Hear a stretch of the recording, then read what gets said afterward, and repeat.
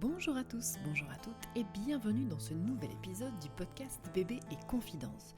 Je suis Manon, je suis la créatrice de ce podcast, je suis coach en sommeil et doula et aujourd'hui je vous propose une discussion avec Charlotte Ostéo sur les réseaux que vous connaissez donc probablement sûrement et avec qui on a décidé de vous parler d'un sujet qu'elle traite au quotidien et que moi aussi dans ma pratique je vois beaucoup passer, que sont les déformations crâniennes. Dans cet épisode, elle va nous parler de son métier d'ostéo et d'ostéo surtout spécialisé périnate.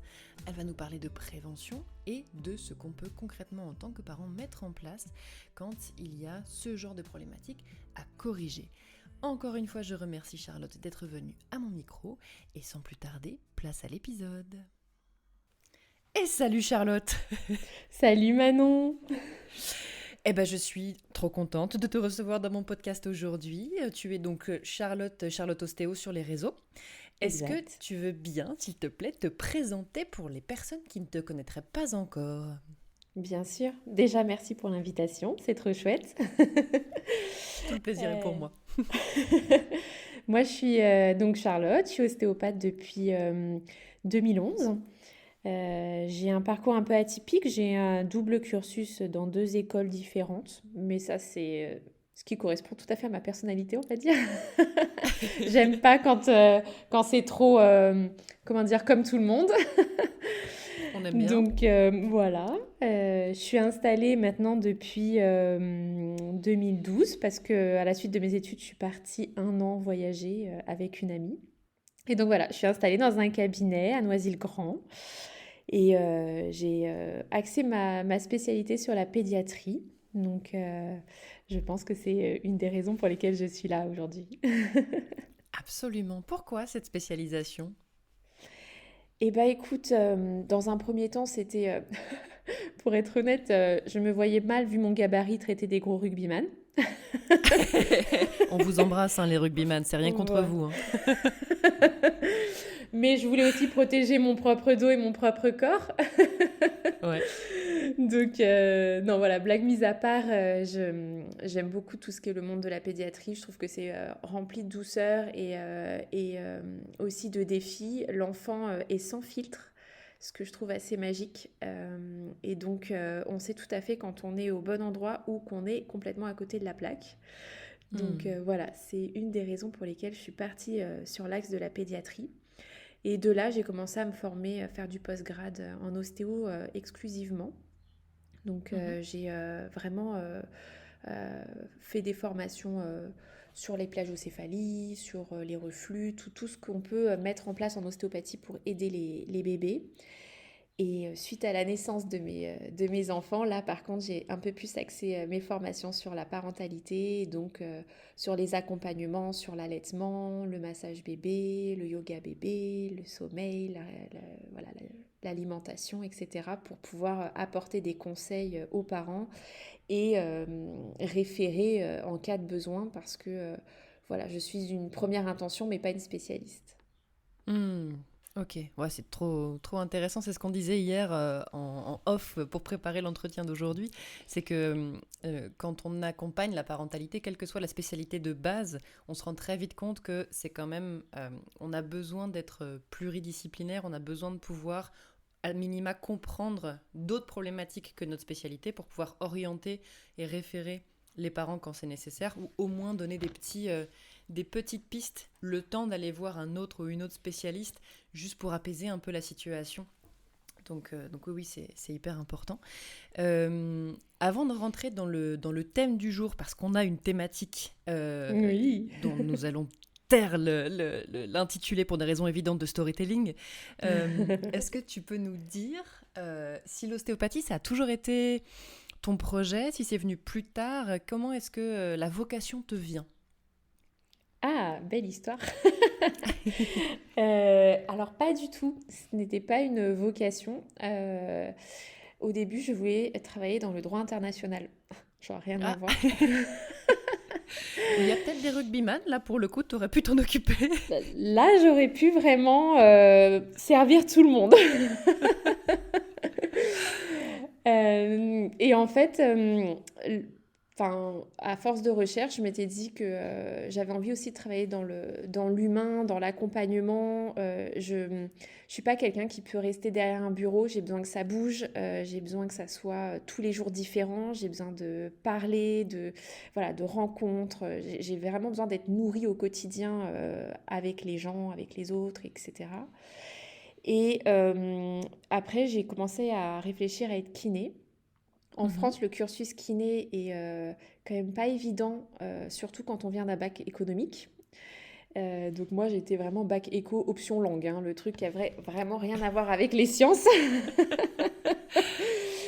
Et de là, mon pharmacien m'a parlé de l'école d'ostéopathie qui est à côté de chez moi. Et il m'a dit, il y a une journée porte ouverte, va voir. Et clairement, j'ai été séduite quasiment instantanément Mhm. de par la philosophie de l'ostéopathie. C'est-à-dire qu'en ostéopathie, on ne va pas soigner le symptôme, on va chercher la cause du symptôme. Et donc en fait, c'est comme un peu une enquête à chaque fois qu'on a un patient face à nous, c'est comprendre tout le cheminement qu'il y a pu y avoir dans son corps, dans tout ce qui est aussi psychosomatique, pour arriver à la douleur pour laquelle il se présente à nous. Et ça, je trouvais que c'était hyper passionnant. Donc, Hmm. c'est ce qui m'a donné envie tout de suite de faire ce job. Ça m'a demandé énormément de travail la première année, parce que je venais toujours avec mon petit bac éco. Mais au bout d'un an, c'est bon, j'étais à niveau et c'était parti, quoi. Ah, trop bien. Trop, trop cool. Voilà. Je dois te dire, l'entretien qu'on a aujourd'hui, il a une petite coloration particulière parce que moi, mon papa est ostéopathe. Il a fait partie des premiers, tu vois, à se former en Angleterre et tout ça, à l'époque où c'était pas du tout reconnu et où il se faisait taxer de charlatan, quoi, tout simplement. Et du coup, oui, moi je sais que petite, j'ai beaucoup entendu ce truc du choc émotionnel responsable de la dérégulation dans le corps et du coup, effectivement, d'aller chercher la cause dans l'émotionnel de ce que le corps exprime. Donc je trouve ça absolument fascinant. J'ai écumé, épluché ces bouquins de... euh, euh, alors le nom m'échappe, mais tu sais, quand la douleur se place à tel endroit, c'est peut-être signe de telle problématique en lien avec telle chose, tel conflit émotionnel, etc.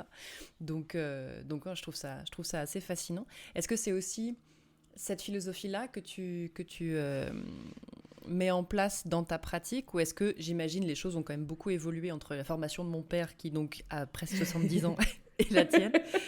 Est-ce que les choses ont évolué, ou est-ce qu'il y a quand même beaucoup de ça, mine de rien? Alors, je dirais qu'il y a un tronc commun à tous les ostéopathes, mais chacun a une spécialité ou une spécificité plutôt qui va avec sa personnalité à lui. Pour ma part, donc je vais parler pour moi, mais probablement que d'autres ostéopathes se reconnaîtront et certains diront pas du tout. Moi, c'est pas ma vision des choses. Mais pour ma part, à une problématique, il y a plusieurs pistes possibles. Donc il y a la piste vraiment mécanique, hein, le corps, la matière. La piste émotionnelle, comme tu disais, effectivement. Ça peut aussi venir de troubles énergétiques et dans ces cas-là, on peut faire intervenir l'acupuncture, le magnétisme, etc. Voilà, pour moi, en fait, il y a aussi les pistes chimiques avec les prises médicamenteuses, enfin voilà, tout ce qui peut être autour des apports qu'on amène à notre corps et qui peut influencer des fois dans le bon, mais aussi dans le mauvais quand on est un peu excessif. Mhm. Euh, et c'est là où on peut, de façon pluridisciplinaire, parce que l'ostéopathie ne guérit pas tout et il ne faut pas se prendre pour des dieux, justement, la Mm. force, c'est d'être plein à faire chacun des spécialités différentes qui vont apporter des choses différentes. La naturopathie, la kiné, les médecins généralistes, il ne faut pas rejeter l'allopathie, hein. L'allopathie Mm. est une grande progression, il y a plein de choses qui sont nécessaires. Mais voilà, il faut prendre le corps dans un ensemble et pas juste se concentrer sur l'enveloppe corporelle. Faire de la Mm. mécanique, c'est presque la partie la plus facile, Mm. entre guillemets, et c'est là où bah, certains ostéopathes font le parti pris de faire que de la mécanique et d'autres vont partir sur des choses beaucoup plus fluidiques. Enfin, ça, c'est vraiment très propre à chacun. Moi, j'aime bien mixer un peu tout et apporter un peu d'expérience de toutes mes formations. Voilà, j'ai fait des formations en médecine chinoise, donc ça me donne une piste pour la médecine chinoise. Même si je ne suis pas acupuncteur, j'ai des notions, ce qui me permet de dire, ah là, ça serait bien d'aller chercher de ce côté-là quelque chose parce que pour moi, ça sort de mes compétences, mais je sais qu'il y a un point à aller voir. Ouais, mais ce qui est déjà hyper précieux en soi, moi je trouve, de pouvoir référer de manière efficace en fait, parce que quand on a un patient ou une personne qu'on accompagne, quelle que soit notre, comme on disait tout à l'heure, notre spécificité à nous, ce qui peut être quand ces personnes-là font l'expérience d'une difficulté, quelle qu'elle soit, ce qui est très compliqué, c'est l'errance de pas savoir où chercher des réponses, en fait, tout simplement. Et du coup, d'être quand même si nous, on l'a pas, mais de savoir où aller la chercher, c'est déjà hyper précieux en soi, je trouve. Et carrément, carrément. Mais j'aime bien ce que tu dis, justement, d'avoir un pas de recul, pas s'engouffrer sur non, non, moi je fais que... Parce que mon père, pour le coup, je l'ai beaucoup entendu, c'est choc émotionnel, tu vois. S'il y a un problème, ça vient d'un choc émotionnel. Bon, que vécu par soi ou vécu par la mère pendant la grossesse.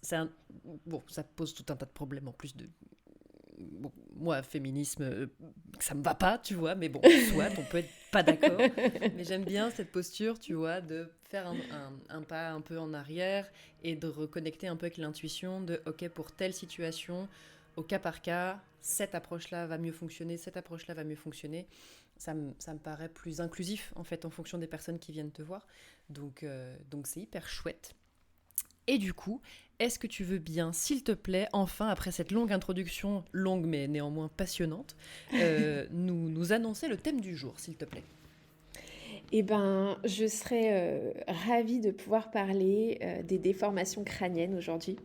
C'est un sujet que je trouve passionnant et en même temps, en France, la prévention autour de ce sujet est quand même assez ponctuelle et localisée. Il n'y a pas énormément de prévention qui est faite à l'échelle nationale et globale. Peu de praticiens ou médecins sont vraiment formés aux déformations crâniennes. Donc le manque d'information crée également le manque de prise en charge.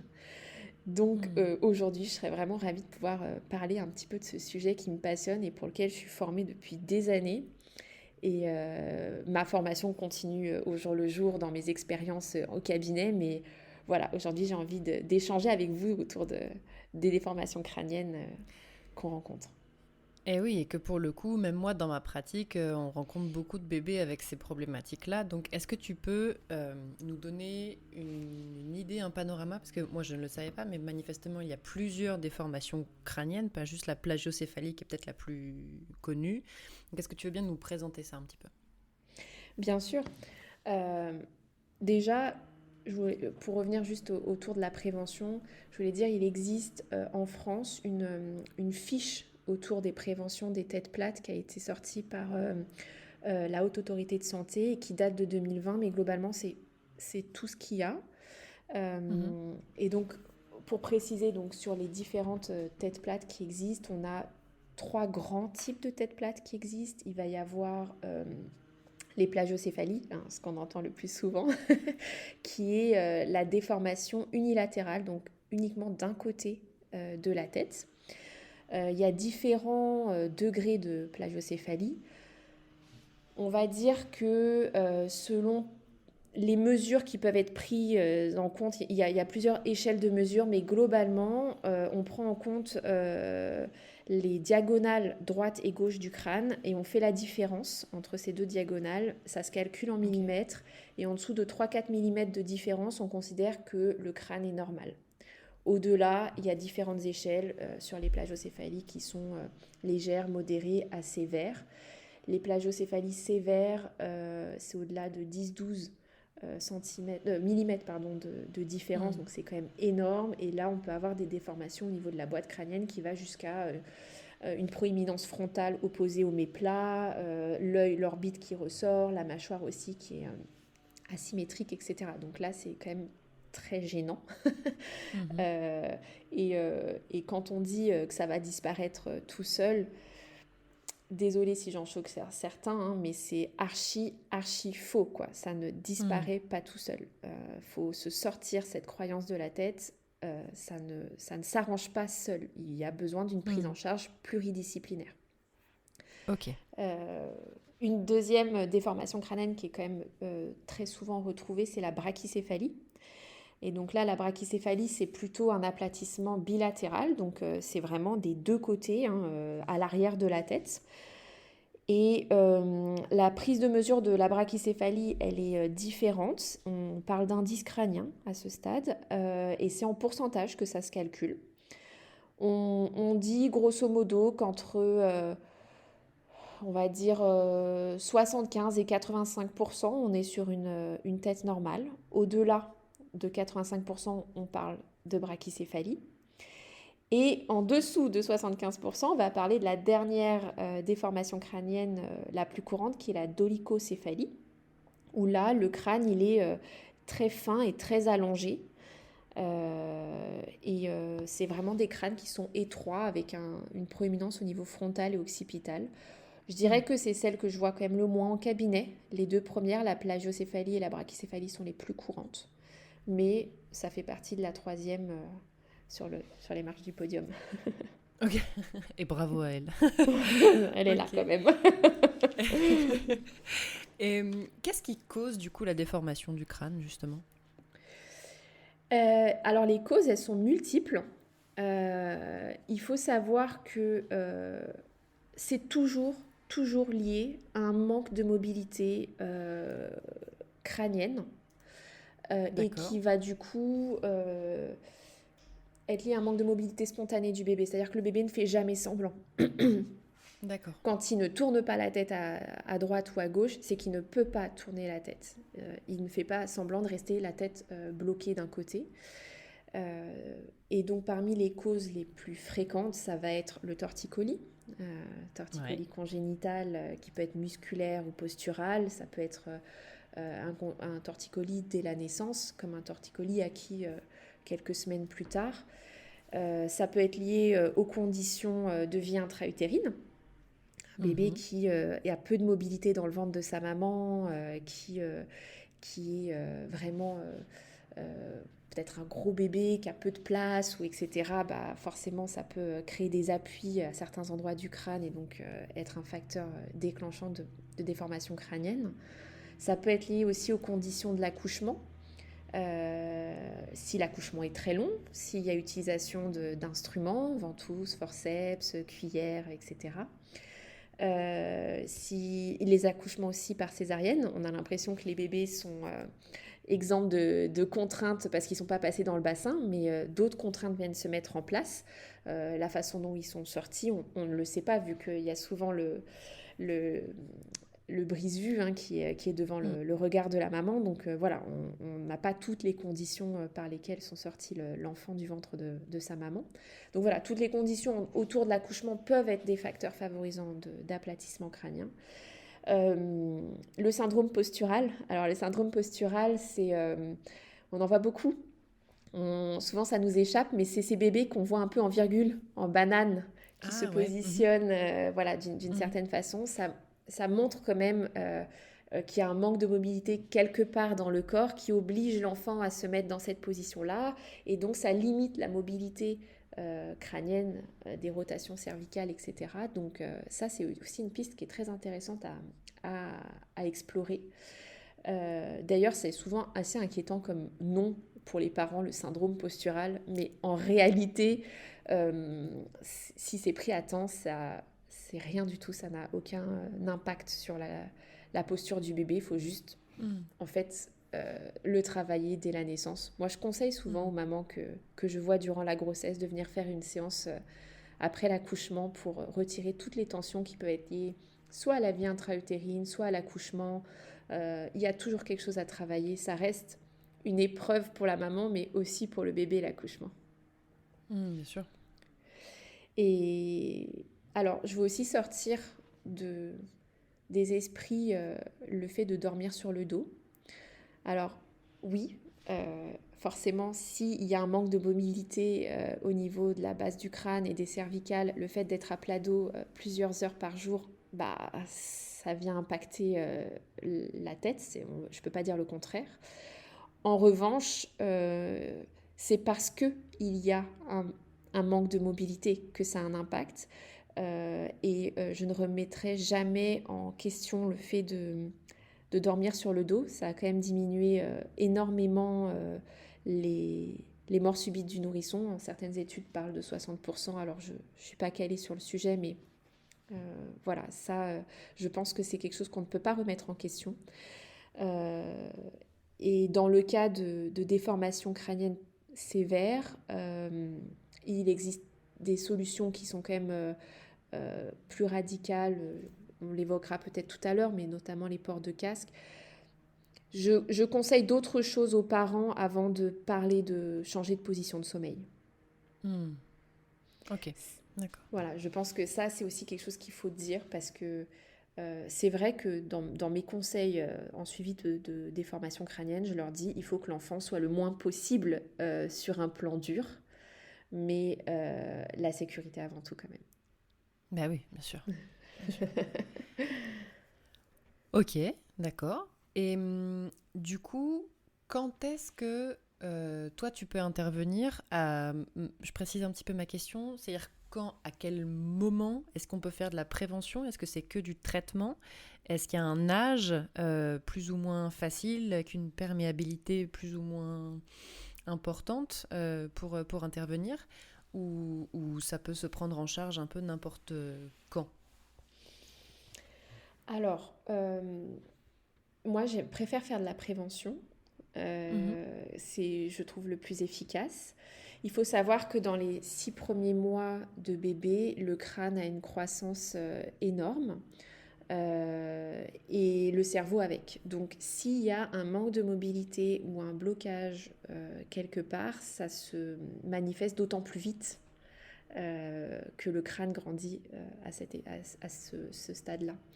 Du coup, ça me semble aussi être la période la plus efficace pour pouvoir prendre en charge de façon précoce les déformations crâniennes, tout en sachant que dans mon expérience en cabinet, on peut avoir du résultat jusqu'à 12-14 mois de façon Mhm. assez intéressante s'il y a eu une prise en charge précoce. Un Mhm. enfant qui vient avec une déformation crânienne à 10 mois entre modéré et sévère, je prends pas le risque de donner aux parents des faux espoirs. Mhm. Je réoriente assez rapidement.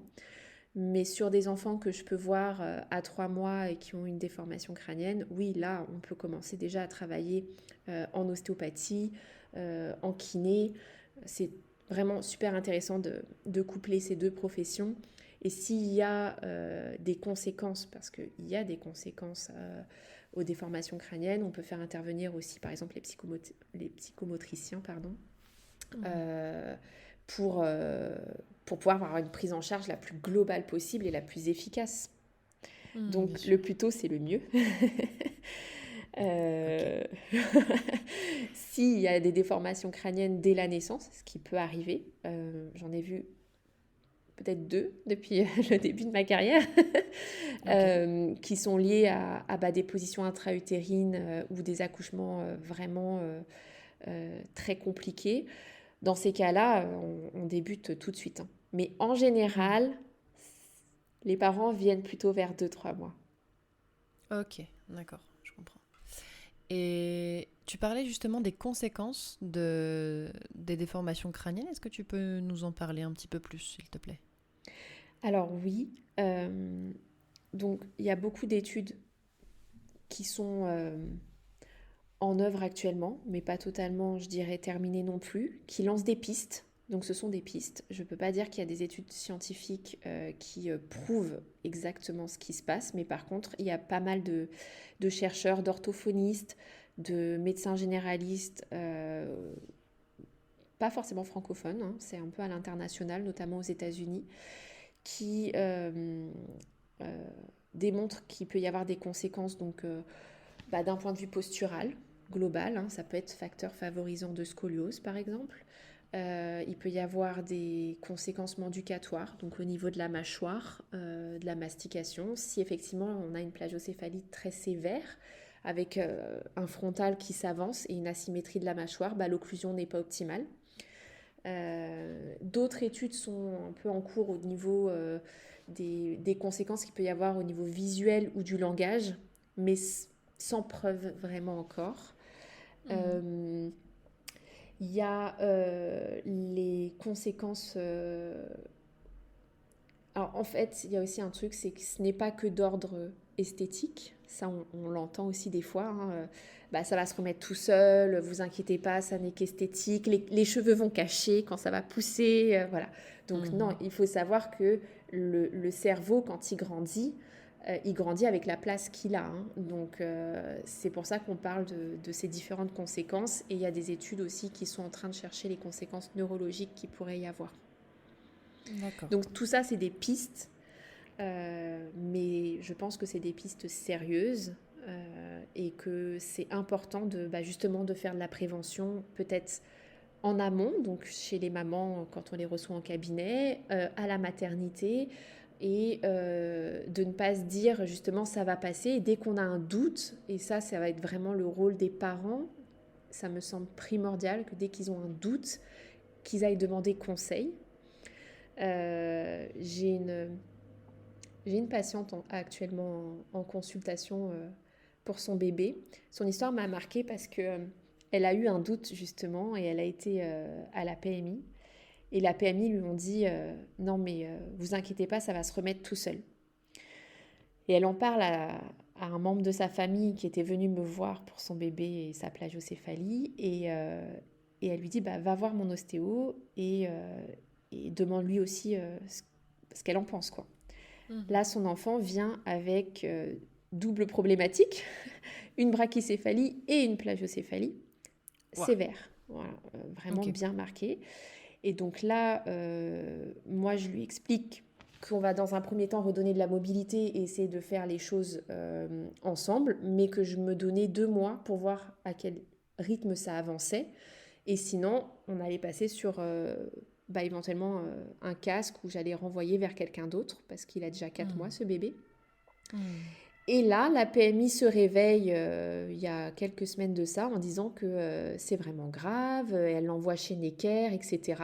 Alors que 1 mois et demi, 2 mois avant, ils avaient un discours vraiment beaucoup plus dénigrant auprès de la maman.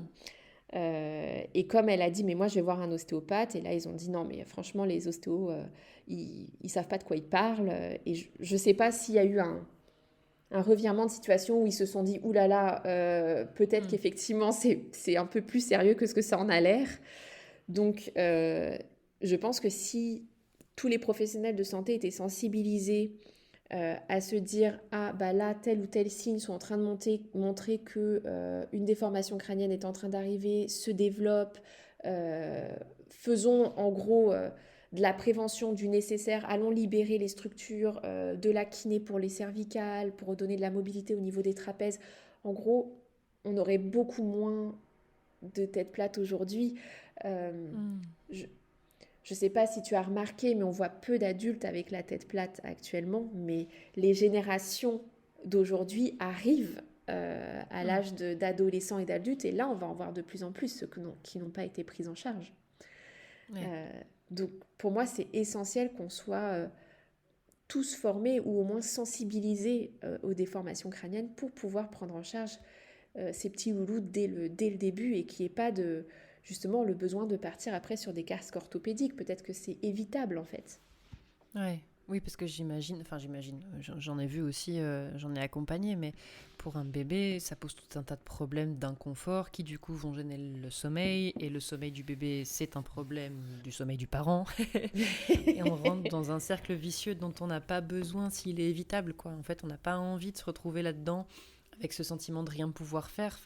Donc effectivement, je suis d'accord avec toi. Plus on peut sensibiliser, alerter, et donner des outils de prévention et de détection aux parents, et moins on galère, quoi, tout simplement. Exactement, en fait, exactement. Les parents, ils ont vraiment un rôle hyper important. Et en même temps, il faut qu'il se fasse confiance. Mais pour pouvoir avoir Mhm. confiance, il faut qu'il soit informé. Mais oui, bien sûr. Donc, c'est un ensemble Bien de sûr, choses. c'est tout l'enjeu de ce podcast, c'est tout l'enjeu d'essayer de construire des ponts dans nos disciplines respectives pour pouvoir effectivement faire village. Moi, j'aime bien cette image-là du village pour élever Ouais, des enfants parce que parce qu'en fait, bon, dans mon expérience de maman, ça m'a beaucoup manqué et je vois à quel point parfois les difficultés de la parentalité sont presque indépassables uniquement quand on est seul. bien Dès sûr. qu'on commence à être en lien, dès qu'on commence à avoir un peu de soutien, que ce soit par des professionnels, par de l'entourage, par peu importe, eh ben en fait on vient intégrer, assouplir ces difficultés. Elles disparaissent pas, mais du coup on peut trouver des espaces de régulation, des espaces d'apaisement, des espaces de réponse, et c'est tellement tellement précieux. Mais bien sûr. Bien sûr. J'aime beaucoup cette image aussi de il faut tout un village pour élever un enfant. Ah Malheureusement, ouais. dans notre culture occidentale, on est souvent très isolé, hein, et Eh oui. culpabilisé. Eh oui, eh oui. Oui, oui, parce qu'en plus, il y a ce truc très... moi, je parle souvent de brivante de camp, tu vois, dans Desperate Housewives. Le truc, cette image de la nana toujours hyper bien, tu vois, la mère de famille, la matriarche qui est impeccable à quatre épingles, il n'y a pas une poussière qui traîne, rien que dalle, toujours les muffins, tu vois, qui sortent du four et tout. Et en fait, non. Bon, après, Ben Brivante de non. Camp, elle est alcoolique, tu vois. Donc, il y a ce truc, cette dissonance, tu vois, entre le paraître et la souffrance qui existe quand même. Mais en fait, il vaut mieux incarner ce qu'on est vraiment, notamment dans le postpartum, tu vois. Dégueu, en vrac émotionnellement, physiquement. Et du coup, libéraliser, ou libérer, pardon, la parole là-dessus, ça nous permet de se dire, en fait, on est tous et toutes pareils, et en fait, c'est ok, tu vois, t'as le droit d'être comme ça, en fait, tu peux pas faire autrement que de passer par ces phases-là, et on peut demander de l'aide, voilà, tout Mais simplement. oui, mais complètement. On est vraiment, je pense qu'on passe vraiment toutes par là. Le panier de linge qui s'accumule, les cernes, les taches de lait sur les vêtements.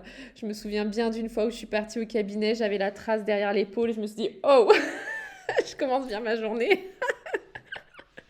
Ouais, Voilà, ouais, ouais. la maison qui est en vrac aussi, et c'est ok en fait.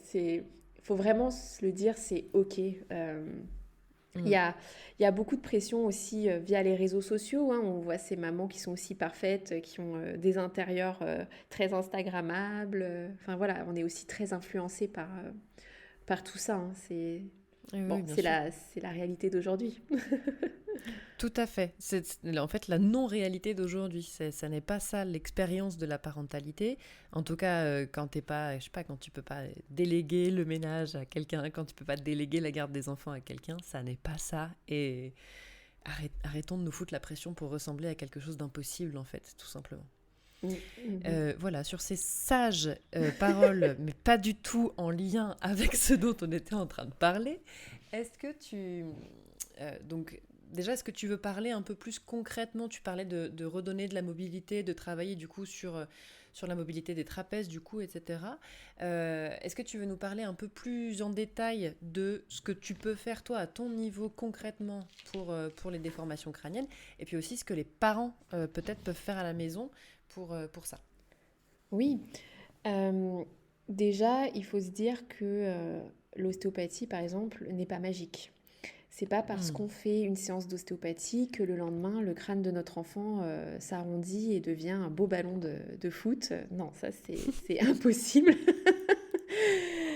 Ça demande du temps et ça demande un travail d'équipe, autant professionnel qu'avec les parents. C'est-à-dire que si je fais une séance d'ostéopathie et que derrière, les parents mettent rien en place à la maison, ça ne fonctionnera pas non plus. Donc c'est vraiment un travail d'équipe entre tous les professionnels de santé et les parents. Au niveau de l'ostéopathie, ce qu'on va chercher à faire dans un premier temps, c'est redonner de la mobilité. Donc il faut aller chercher pourquoi est-ce que le crâne, le haut des cervicales, à un moment donné, se sont bloqués ou manquent en tout cas de mobilité. Ça peut venir du bassin. Moi, je vérifie systématiquement le bassin. Je ne fais pas que du local. Donc je vérifie systématiquement le bassin, le diaphragme, le système digestif, les cervicales et le crâne. De là, sur la première séance, souvent je libère vraiment en global. Et ensuite, j'axe les autres séances vraiment sur le crâne, la base du crâne, que j'essaye d'arrondir en premier, parce que c'est là aussi où il y a... ce n'est pas scientifique ce que je vais dire, mais c'est une image qui permet de bien comprendre. Il y a deux petits noyaux occipitaux qui sont comme les matrices qui vont donner la forme au crâne. Ça va dire, bon, alors les gars, ici, il faudrait qu'on mette tant de degrés pour que ça soit rond, tant de degrés ici pour que ça fasse une belle courbure, etc. Donc en gros, c'est de là que tout part et que moi, j'essaye justement de travailler, de redonner de la mobilité à cet endroit en priorité, mais dans une vision globale du corps. Okay. Et de là, j'aime coupler avec la kiné qui va travailler les mobilités cervicales, les trapèzes, qui va redonner une mobilité aussi globale, plutôt myotensive, qui est importante. Et s'il y a des retards moteurs liés à la plagio ou la brachycéphalie, là, on fait intervenir aussi un psychomotricien. Ensuite, du côté des parents, je le redis, il faut qu'ils se fassent confiance. S'ils ont un doute, on consulte. Et une fois qu'on a l'équipe professionnelle pluridisciplinaire qui est en place, à la maison, on va repositionner son bébé au maximum. Si par exemple il a une plagiocéphalie droite, on va plutôt lui tourner la tête à gauche quand il dort. Quand il est parti dans un sommeil bien profond, hop, on tourne un petit peu la tête. Sur les tapis d'éveil, alors je ne suis pas contre à 100% pour les tapis d'éveil avec des arches, mais je conseille quand même de limiter l'utilisation des arches parce que du coup bébé garde la tête à plat et il manque de mobilité. Donc tapis d'éveil oui, les arches 10% du temps, le reste on les enlève. Je reprends mon exemple de bébé qui a une plagiocéphalie droite, et dans ce cas, on va lui mettre les jouets plutôt à gauche pour stimuler en fait sa rotation gauche et lui permettre d'aller chercher l'enroulement et la rotation à gauche, etc. En gros, l'idée, c'est que la partie qui est aplatie soit le moins possible en contact avec du dur. Donc le sol, le matelas, etc. On va chercher à ce que notre bébé soit mobile. La mobilité, c'est la vie, que ce soit dans la phase intra-utérine, que ce soit à la naissance, que ce soit en tant que bébé ou en tant qu'adulte, il faut être mobile. C'est ce qui permet en fait de vivre. Une des définitions de la mort, c'est l'immobilité. Donc voilà, il faut que notre enfant soit vraiment le plus mobile possible. Donc on retire les arches, on retire les mobiles là, qu'il y a au-dessus de la tête. On va vraiment chercher à ce que notre enfant ait cette curiosité à se retourner, favoriser le retournement, l'enroulement antérieur, donc le fait qu'il va aller chercher ses pieds, il va jouer avec ses mains devant, mettez-lui un petit jouet qui fait du bruit ou très contrasté, noir et blanc, voilà, il va venir en fait enrouler sa nuque, enrouler son dos et venir travailler ses chaînes musculaires pour muscler en fait son dos et permettre les étapes motrices suivantes. Ça va être donc favoriser les positions ventrales et latérales. Pareil, là je vais casser une croyance. Un enfant, comment dire, il n'y a pas d'enfant qui n'aime pas être sur le ventre. S'il n'aime pas être sur le ventre, c'est qu'il est gêné quelque part. Soit il est mal positionné, soit il manque de tonicité, soit il y a un problème au niveau motricité ou des douleurs. Mais un enfant n'a pas cette capacité de dire je n'aime pas être sur le ventre en fait. Ils aiment justement avoir un autre angle de vue, de positionnement. Donc si l'enfant refuse d'être sur le ventre, consultez aussi pour ce sujet-là parce que ça veut dire qu'il y a peut-être quelque chose qui le gêne. Et c'est possible aussi d'adapter. Par exemple, au début, ça va être de mettre une petite serviette roulée sous les aisselles pour le surélever un tout petit peu et lui donner le confort peut-être dont il manque, par un manque de tonicité par exemple. Donc ça va être positionné sur le ventre, de façon latérale aussi.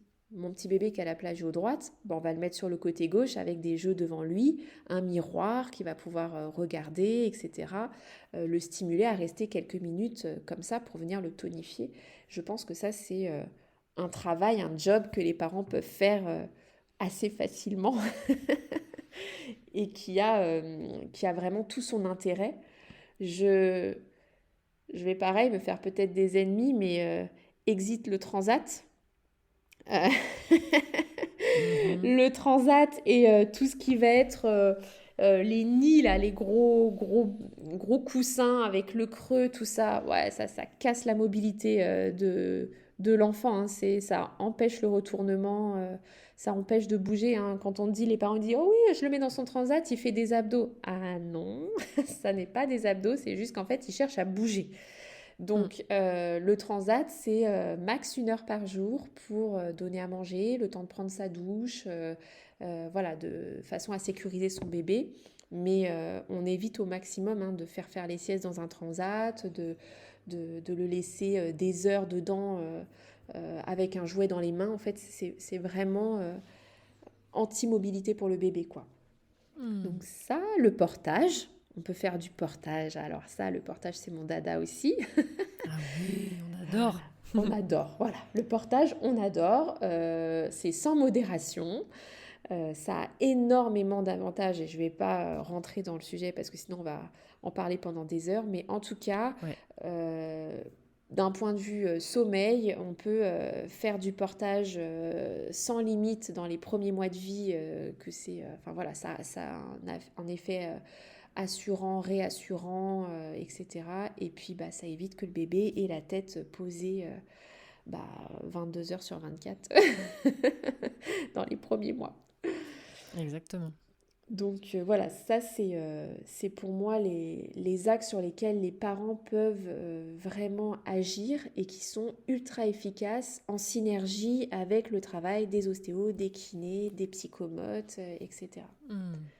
Je pense, c'est des Ok. pistes, il y a forcément d'autres choses, mais ce sont déjà des pistes. Non, non, bah c'est déjà hyper précieux et hyper intéressant. J'imagine que du coup, en fait, c'est un peu comme tout, les personnes qui ont déjà fait de la rééducation ou de la kiné doivent le savoir, mais cette idée de poser cette intention-là, en fait, l'intention de développer la mobilité, ça doit pas être une corvée de se dire, allez, je vais prendre une demi-heure tous les jours pour travailler ça, mais peut-être juste dans des petits moments où on est disponible pour ça, de venir se dire, bah, cette sieste-là, je vais peut-être plutôt la faire en portage pour éviter d'aggraver le problème. Ce temps d'éveil-là, tiens, je me rappelle qu'il faut que je mette plutôt mon arche à gauche, par exemple. Euh, voilà, d'essayer de ne pas le prendre comme une autre injonction dans l'océan d'injonction qu'est la parentalité, mais de se dire, je colore les interactions avec mon bébé de cette intention thérapeutique, j'imagine. Exactement, oui, ça peut être hyper intéressant. En fait, c'est d'essayer de voir dans le quotidien qu'on se crée avec son enfant comment on peut avoir cette intention justement de se dire Mm.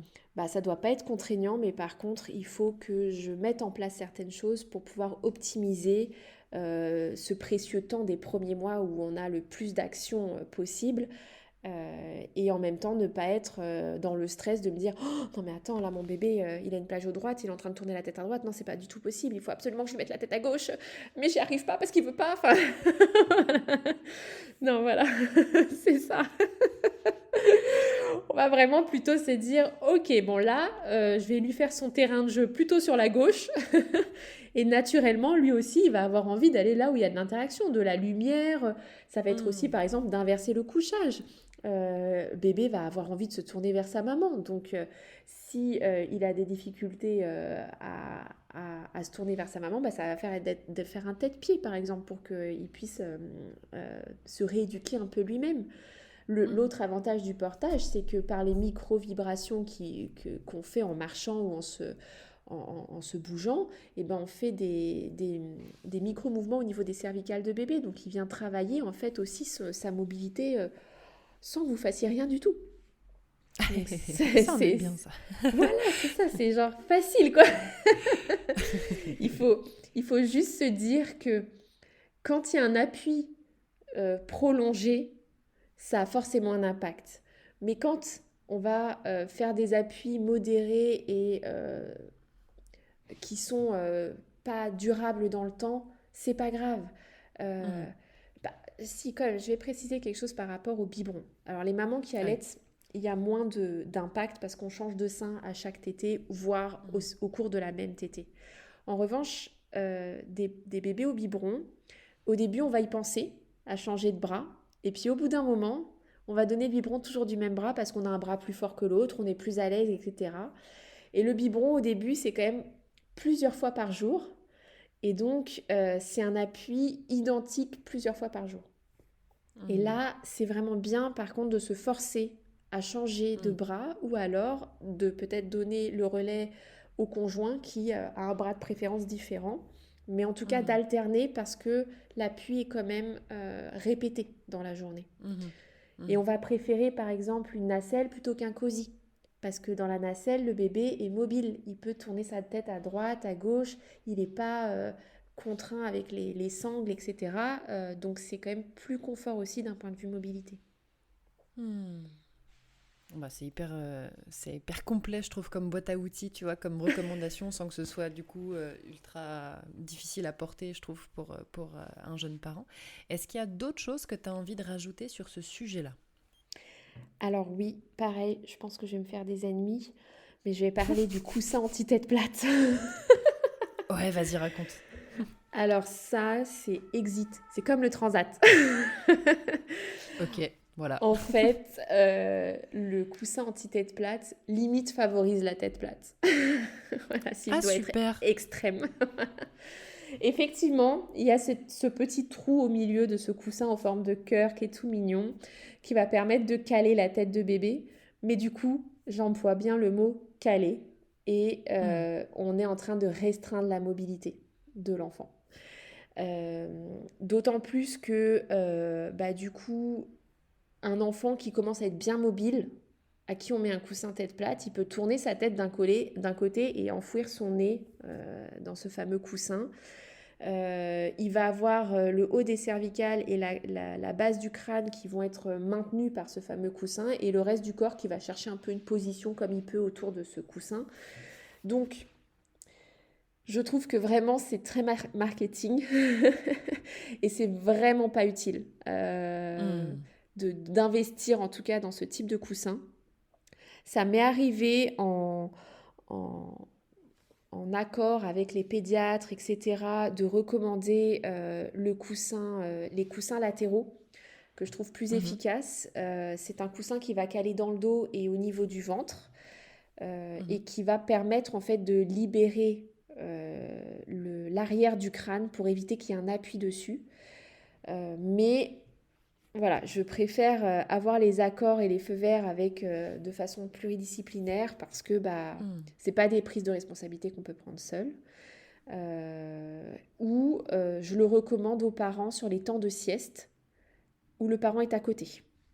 Et Hmm. qui reste vraiment dans la surveillance de son bébé, qui est à côté de lui le temps d'une sieste avec son cale-bébé latéral. Mais voilà, ça c'est des choses qu'on a discuter, on va dire. Ouais, ok, je comprends. Donc par contre le coussin anti-tête plate, il est pas à discuter.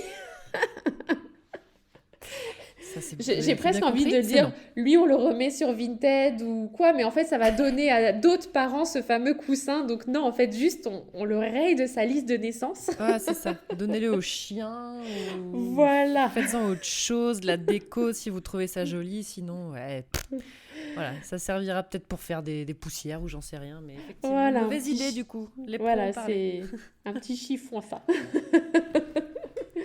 Avec tout le respect pour les concepteurs de ce produit, vous n'aurez pas nos sous, en tout cas. Voilà, c'est un peu ça l'idée.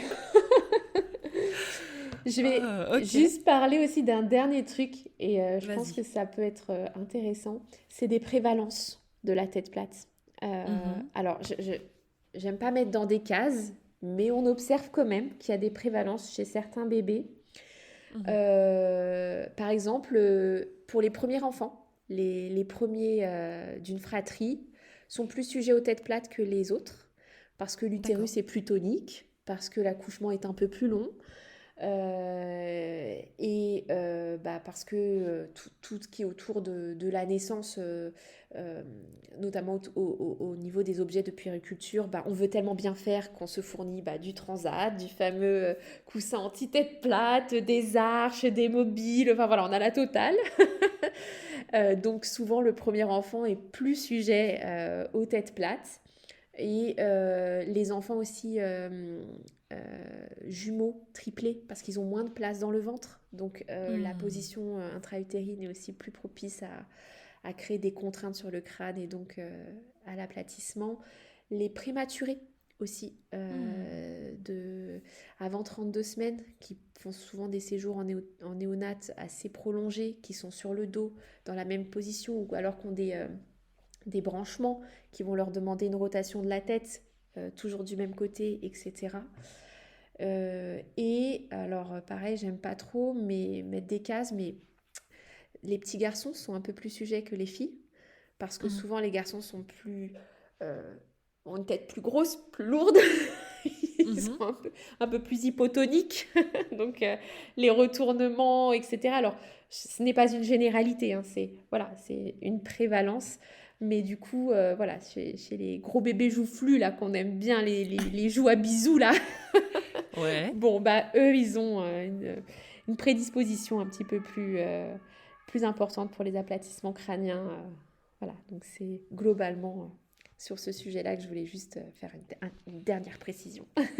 D'accord, oui, pour peut-être avoir une vigilance un tout petit peu plus accrue sur ces profils-là. Exactement. Ok, trop bien. Eh ben, merci pour être rentré tant dans le détail de ce sujet-là. Moi, j'ai appris plein de trucs. N'ayant pas eu d'enfants souffrant de plagiocéphalie, j'ai été épargnée par ça. En même temps, les miens couinaient dès qu'on essayait de les attacher à quoi que ce soit. Cosy, Transat, ça n'a jamais marché chez moi. Ils ont été scotchés en écharpe sur moi les 18 premiers mois de leur vie, les deux. Donc, c'est génial. Donc, en tout cas, voilà, c'était super. C'est super. Non, en vrai, en plus... Ils savaient ce qui était bon pour eux. Voilà, c'est ça. Épuisant pour leur maman, mais écoute, on est toujours là pour en parler, donc finalement, on s'en est sorti, quoi, quelque part. Mais en tout cas, ouais, merci, parce que je me dis, si moi j'ai appris plein de trucs, je suis persuadée que dans notre auditoire, il y a plein de gens qui ont été dans ce cas-là aussi. Il me semble que tu as de l'actu. Est-ce que tu nous ferais pas un petit moment promo, Charlotte ? Ah ouais, avec plaisir. Là, j'ai été contactée par une maison d'édition et j'ai pris plusieurs mois pour écrire un livre qui est plutôt axé sur le postpartum, un livre déculpabilisant et également un livre qui va permettre de reprendre cette fameuse mobilité progressivement, avec ou sans bébé, qu'on reprenne le travail, qu'on soit à la maison dans un congé parental, il y en aura pour toutes les mamans. Des exercices tout en douceur, il y a du concret, il est imagé. Je l'ai voulu vraiment très proche de la réalité. Donc j'ai fait intervenir des patientes et des amis qui ont fait des témoignages. Donc voilà, je dois le dire, assez fière tu peux du travail fourni et du résultat. Je l'ai reçu hier, pour être honnête, dans ma boîte aux lettres. Donc voilà, j'ai hâte qu'il sorte. Il sort fin juin. J'ai pas la date exacte, mais vous pouvez le retrouver partout, dans les magasins, en ligne, voilà. Compte sur nous, en tout cas, pour le célébrer avec toi. Moi, j'ai hâte de le découvrir. On aura probablement peut-être l'occasion de parler du mouvement, justement, en postpartum. Moi, c'est quelque chose qui m'intéresse énormément, aussi alors plutôt sur l'axe régulation du système nerveux et intégration des traumas et tout ça, parce que c'est là-dessus que je suis concentrée en ce moment. Ouais. Mais en tout cas, je souhaite en tout cas un très beau parcours à ce livre. Merci. Et puis je te remercie d'être venue à mon micro aujourd'hui. J'espère que je pourrai te réinviter plus tard quand ta promo sera un peu moins jet set, un peu moins chargée, j'imagine. Mais ouais, merci beaucoup. Est-ce que tu veux nous dire un petit mot de la fin ? Eh ben, c'était vraiment un plaisir pour moi aussi d'être là aujourd'hui. J'ai plein de sujets qui me passionnent et je suis contente d'avoir pu partager celui-ci et j'espère effectivement que ça pourra aider certains parents. Loin de moi l'envie de culpabiliser, mais plutôt de faire de la prévention et de sensibiliser tout le monde. Il n'y a pas de bonne ou de mauvaise façon de faire les choses. On est tous parents, on galère tous de la même façon sur des sujets différents, certes. Il y en a, ça va être le sommeil, l'autre l'alimentation, la motricité. Bref, on a tous des sujets. Euh, et moi, la première. Et j'ai eu un de mes enfants qui a eu une brachycéphalie, même en tant qu'ostéo et en ayant fait tout ce qu'il fallait, il a eu une brachycéphalie. Aujourd'hui, prise en charge, donc c'est ok, tout est rentré dans l'ordre. Mais voilà, c'est plus de faire de la prévention, d'oser parler aussi. On n'a pas la science infuse, moi je le dis souvent, je continue à apprendre et peut-être que mon discours changera au fur et à mesure de mes apprentissages. Et c'est important aussi de savoir se remettre en question et de s'écouter et en même temps d'apprendre des autres. Et voilà, donc je pense qu'on est toutes et tous des super parents. Et voilà, j'espère, c'est avec un immense plaisir s'il y a d'autres sujets sur lesquels je pourrais partager. Trop bien. Eh ben écoute, merci encore. On va saluer et dire bonne journée, bonne soirée à nos auditeurs et à nos auditrices du jour. Et puis, eh ben, j'espère te retrouver bientôt. Merci, très belle journée, très Salut, belle soirée. Au revoir. Merci, salut. Et voilà, c'est ainsi que s'achève notre échange du jour. J'espère qu'il vous aura plu. Je remercie encore une dernière fois quand même Charlotte d'être venue pour participer à ce podcast. Et puis je vous remercie vous, bien évidemment, pour votre soutien, votre présence, vos petits messages, vos encouragements et puis vos abonnements finalement à ce podcast, car je le rappelle, c'est tout de même la manière la plus efficace de soutenir ce podcast, c'est de s'abonner sur votre plateforme d'écoute préférée, de le noter, de le partager, d'en parler autour de vous.